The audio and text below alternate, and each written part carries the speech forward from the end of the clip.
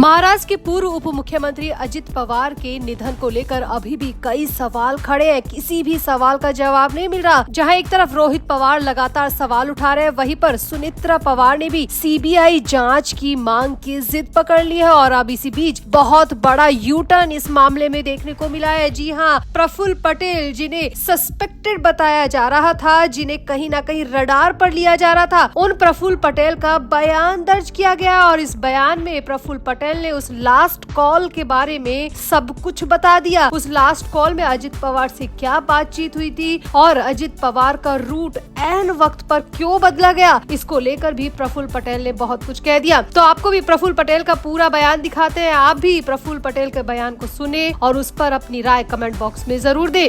तो अजित पवार की मौत के बाद रोहित पवार लगातार सवाल उठा रहे, सवाल पे सवाल खड़े कर रहे हैं। प्रेजेंटेशन के जरिए उन्होंने पूरे प्लेन क्रैश की घटना को दिखाया, रिक्रिएट किया और ये तक बताया कि कैसे ब्लैक बॉक्स जल गया था, जबकि एक भी कागज नहीं जला था, लेकिन ब्लैक बॉक्स तक जल गया था। कई बड़े सवाल यहाँ पर रोहित पवार ने उठाए। उन सभी सवालों के जवाब अभी तक मिले नहीं है। रोहित पवार ने यहाँ पर प्रफुल्ल पटेल पर भी संदेह जाहिर किया था, क्योंकि प्रफुल्ल पटेल से ही अजित पवार की अंतिम बार बात हुई थी। यानी कि अजित पवार और प्रफुल्ल पटेल के बीच लास्ट कॉल में क्या बात हुई थी, इसको लेकर भी रोहित पवार ने कई सवाल खड़े किए। इधर वहीं दूसरी तरफ अजित पवार की पत्नी और वर्तमान उप मुख्यमंत्री सुनेत्रा पवार भी सीबीआई जांच की मांग कर रही है। उन्होंने भी सबूत मिलने का दावा किया है और लगातार वो देवेंद्र फडणवीस से मिलकर सीबीआई जांच की मांग इस पूरे मामले में कर चुकी है। और उनका कहना है कि अजित पवार का प्लेन जो क्रैश हुआ था, उसकी जांच निष्पक्ष तरीके से होनी चाहिए। और इसीलिए सुनेत्रा पवार भी पूरी तरह अलर्ट है कि इस मामले में सीबीआई जांच होनी ही चाहिए। अब इस मामले में सबसे बड़ा यू टर्न उस वक्त आया जब भंडारा में मीडिया से बातचीत करते हुए प्रफुल्ल पटेल ने एक ऐसा बयान दिया जिसके बाद तो काफी हैरानी जताई जा रही है। दरअसल भंडारा में मीडिया से बात करते हुए प्रफुल्ल पटेल ने कहा कि लोगों को शायद यह न पता हो, इसीलिए मैं बार बार स्पष्ट कर रहा हूँ कि अजित दादा और मेरे बीच जो आखिरी फोन कॉल हुआ, उसे लेकर कुछ लोगों ने गलत प्रचार किया। मैंने अपने मोबाइल से दिल्ली से उन्हें फोन किया था। मुझे ये भी नहीं पता था कि अजित दादा उस समय किस शहर में है। जी हाँ, यहाँ पर प्रफुल्ल पटेल ने खुद मीडिया से बातचीत करते हुए कहा कि अजित पवार और उनके बीच में आखिरी बार फोन पर बात हुई थी। उस वक्त वो दिल्ली में थे और उन्हें ये तक नहीं पता था कि अजित पवार किस शहर में है।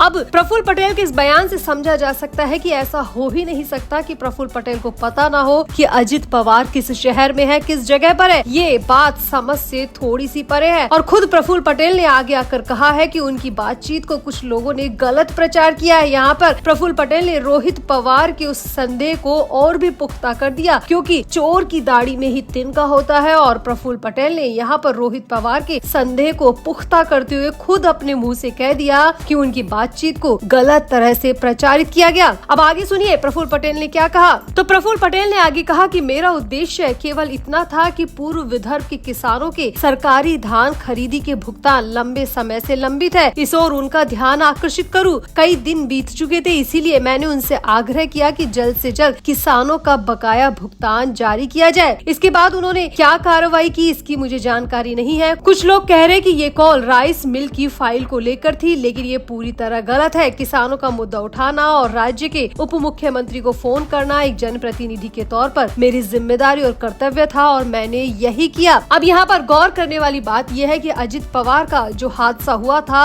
वो सुबह सुबह हुआ था और आखिर सुबह सुबह ही प्रफुल्ल पटेल को विदर्भ के किसानों के सरकारी धान की चिंता हो गई। ये अपने आप में हैरानी भरा सवाल है। आगे क्या बोले प्रफुल्ल पटेल ये भी सुनिए। तो प्रफुल्ल पटेल ने आगे कहा कि मेरे फोन की वजह से कोई देरी हुई या कोई और बात, इस तरह के आरोप और गलतफहमियां फैलाना बेहद दुर्भाग्यपूर्ण है। प्रफुल्ल पटेल ने कहा कि यह हादसा महाराष्ट्र देश के लिए बहुत बड़ा नुकसान है, ये गहरा सदमा है, लेकिन मैंने जो फोन किया था वह सामान्य लोगों, किसान के काम के लिए किया था। इस पर गलत प्रचार करना अत्यंत खेदजनक है। यानी कि यहाँ पर प्रफुल्ल पटेल खुद अपने बचाव में उतर आए, अपने फोन कॉल को लेकर सफाई देने लगे और ये तक कह दिया कि उनके फोन कॉल की वजह से ही उनके रूट में देरी हुई। इसी वजह से वो जो कार से जाने वाले थे उन्हें प्लेन से जाना पड़ा और उनका प्लेन दुर्घटनाग्रस्त हो गया, क्रैश हो गया। यानी कि ये जो सब कुछ हुआ वो प्रफुल्ल पटेल के एक कॉल की वजह से हुआ, ये खुद प्रफुल्ल पटेल ने भी स्वीकार कर लिया। अब प्रफुल्ल पटेल ने अजित पवार से क्या बातचीत की ये कोई नहीं जानता, लेकिन प्रफुल्ल पटेल का कहना है कि वो विदर्भ के किसानों के धान के भुगतान को लेकर उनसे बातचीत कर रहे थे। अब सोचने वाली बात यह है कि सुबह 7 बजे से पहले कौन सा जनप्रतिनिधि उप मुख्यमंत्री को फोन करके ये कहेगा कि किसानों के सरकारी धान के खरीदी का भुगतान करना है, वो लंबे समय से लंबित है। और इस बात को लेकर क्या कोई सुबह सुबह कॉल कर देगा, ये खुद सोचने वाली बात है, क्योंकि पूरा दिन पड़ा होता है सरकारी कामकाज के लिए। और सुबह 7 बजे से पहले कोई जनप्रतिनिधि किसी उप मुख्यमंत्री को कॉल करके ये कहे, ये सब कुछ समझ से परे है। ये यहाँ पर प्रफुल्ल पटेल की सिर्फ सफाई है। प्रफुल्ल पटेल ने मीडिया से बातचीत करते हुए आगे कहा कि मुझे अन्य किसी बात की जानकारी नहीं है, इसीलिए मैं उस पर टिप्पणी नहीं करूंगा। जो भी सच्चाई है वो सामने आनी चाहिए, जांच पूरी और निष्पक्ष होनी चाहिए। महाराष्ट्र और देश को ये जानने का अधिकार है कि आखिर में वास्तव में हुआ क्या था। प्रफुल्ल पटेल ने कहा कि परिवार का तो नुकसान हुआ ही, लेकिन अजित दादा के जाने से महाराष्ट्र और देश को भी बड़ी क्षति हुई है, इसीलिए पूरी सच्चाई सामने आनी चाहिए। हम लगातार सरकार और संबंधित एजेंसियों के समक्ष इस मामले में फॉलो अप करते रहेंगे। उन्होंने आगे ये भी कहा कि कुछ लोग बेवजह ये भी प्रचार कर रहे हैं कि जिस दिन हादसा हुआ उसी दिन मंत्री बारामती पहुंचे और एयरक्राफ्ट एक्सीडेंट इन्वेस्टिगेशन की जांच के निर्देश दिए थे। कुछ दिनों बाद महाराष्ट्र के मुख्यमंत्री ने भी सीआईडी जांच की घोषणा की। दोनों जांच एजेंसियां काम भी कर रही है, लेकिन यहाँ पर प्रफुल्ल पटेल का बयान पूरी तरह से संदेहपूर्ण लग रहा है। वो खुद अपने मुंह से कह रहे हैं कि उनकी लास्ट बार बातचीत हुई थी और वो खुद स्वीकार कर रहे हैं कि उनके ही कॉल की वजह से अजित पवार जो कि कार से जाने वाले थे वो प्लेन से गए और उनके साथ इतना बड़ा हादसा हो गया। यानी कि यहाँ पर दाल में कुछ तो काला जरूर है। और अगर आपको भी ऐसा लगता है तो आप भी अपनी राय कमेंट बॉक्स में जरूर दें और वीडियो को भी शेयर करें।